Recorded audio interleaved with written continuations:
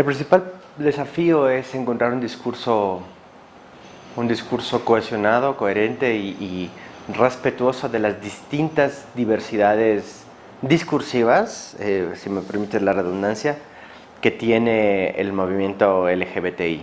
Hay algunos periodistas que todavía hablan de las minorías LGBT, cosa que a mí me altera mucho porque no hay minorías, es decir, estamos dentro de una gran mayoría que está en un proceso político en el Ecuador importante,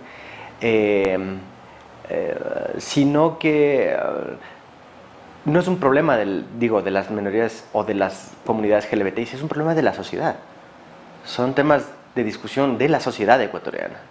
Y eso no lo está viendo ni el discurso oficialista del gobierno, que es un discurso inclusive homofóbico y transfóbico y en contra de la igualdad, pero tampoco lo está viendo los grupos LGBTI, y la sociedad necesita verlo. La sociedad como la ciudadanía necesita verlo como un tema propio, no es un tema de los LGBTI, es un tema de la sociedad.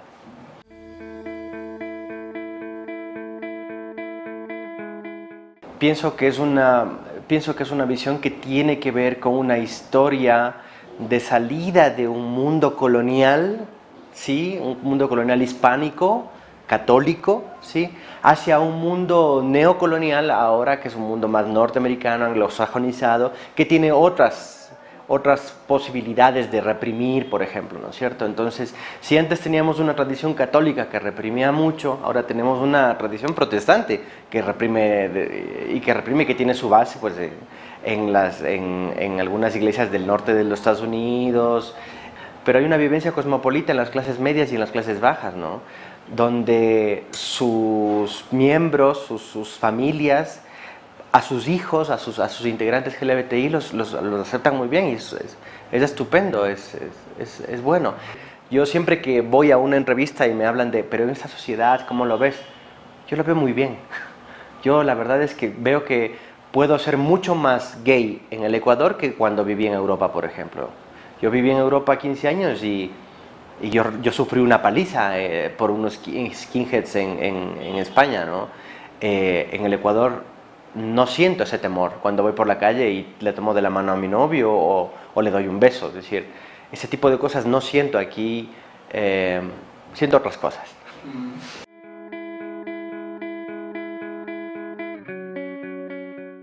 A mí me gustaría más bien enfocarlo desde un punto de vista económico, no desde un punto de vista tan metafísico como lo de la moral. La moral es una construcción de una clase social también, es decir, no es lo mismo la moral de los pobres que la moral de los ricos, ¿no? Y tenemos que analizar la sociedad ecuatoriana como una sociedad postcorreísta en donde se ha hecho una gran inversión, una gran inyección a la clase media, a la pequeña burguesía, y la clase media es la clase que más tiene que perder, porque generalmente tiene pan para hoy y hambre para mañana, ¿no?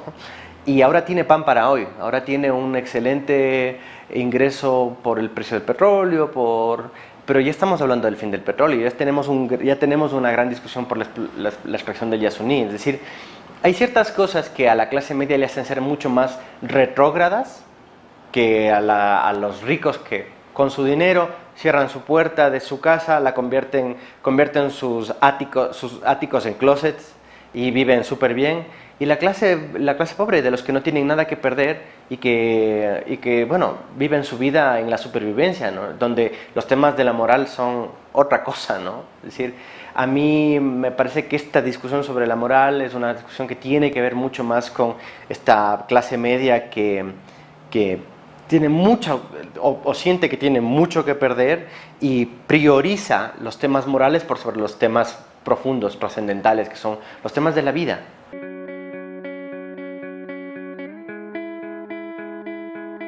Bueno, qué decir tiene, o sea, no puedo decir que mi posición es de repudio y de asco total sobre la existencia de estos centros, pero esto tiene que ver con la pregunta anterior, esto tiene que ver con un servicio que se le da a esta clase media para salvaguardar, para cuidar, para reproducir unos sistemas de relación que tienen, ¿no es cierto?, un rico sabe que la homosexualidad existe desde Atenas o desde antes y sabe que no tiene que curarla, además no va a gastar dinero en una tontería, quiero decir. Pero la clase media es una clase que también tenemos que analizar su nivel de instrucción, un nivel de instrucción mediocre, digo, ni bueno ni malo, sino todo lo contrario, donde este tipo de agujeros nociológicos, este tipo de agujeros de conocimiento, dan cabida a que una familia de clase media piense, tal vez, que haya una cura para la homosexualidad. Obviamente, es un negocio, y en el capitalismo, estos negocios, el capitalismo es un sistema perverso de explotación del individuo, ¿no? Entonces, cualquier negocio tiene cabida, y si es que hay una clínica que se promociona bien, de alguna manera se dan la posibilidad de publicitar este servicio y están lucrando de esto, ¿no?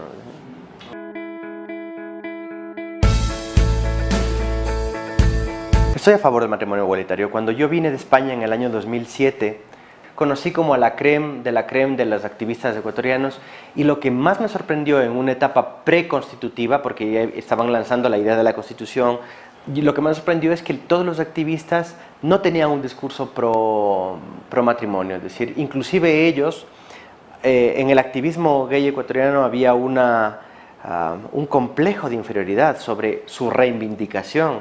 Este tipo de discursos con complejo de inferioridad, como los llamo yo,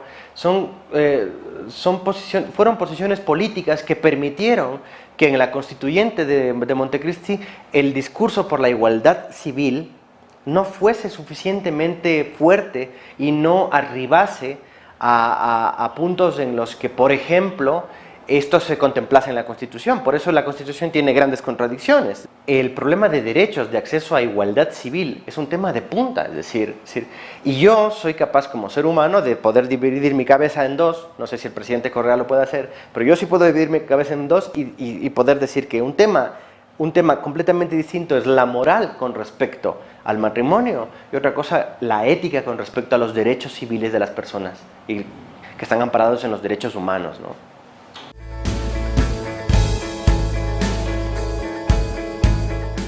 Le diría que está un poco ciega, que son prácticas sociales que ya están ocurriendo. Es decir, el hecho de que haya una ley que permita el matrimonio homosexual no quiere decir que se va a inventar el matrimonio homosexual. Hay muchas parejas que vivimos juntos con nuestras parejas homosexuales. Hay muchas parejas homosexuales que estamos por debajo de la ley y estamos intentando surfear en la ley y conseguir derechos para nuestras parejas. Voy a aprovechar esta pregunta para decirle a los políticos que es necesario un gesto político que convalide la práctica social. El gesto político va antes de la sociedad y le ayuda a la sociedad a evolucionar, o la sociedad va por delante del gobierno, de las prácticas políticas, y le obligan al gobierno a cambiar. Creo que este es el panorama del Ecuador en este momento.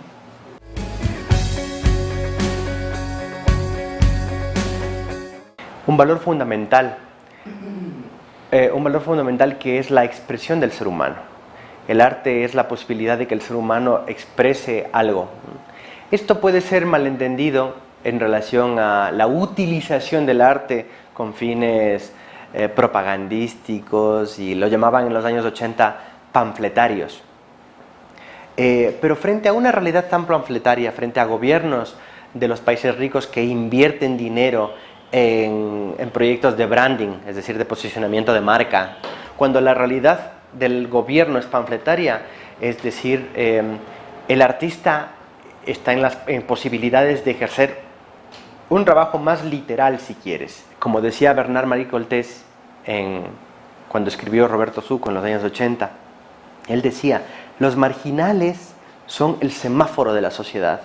No nos dicen nada ellos mismos en su lenguaje y no nos dicen más allá que violencia y que represión y que marginalidad y que oscurantismo y que todo eso, ¿no?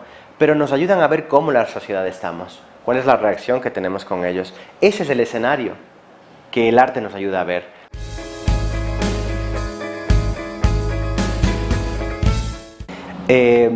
No sospecho ni me interesa mucho de que sea gay.